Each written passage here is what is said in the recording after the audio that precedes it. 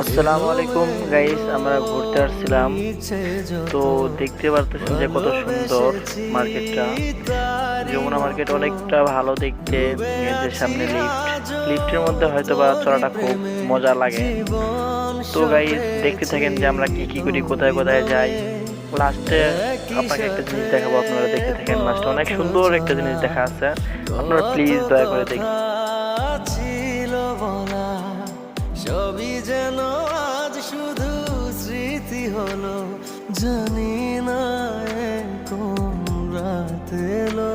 জ্বলছে হৃদয়, উড়ছে সময়, তুই কেন থাকিস বল।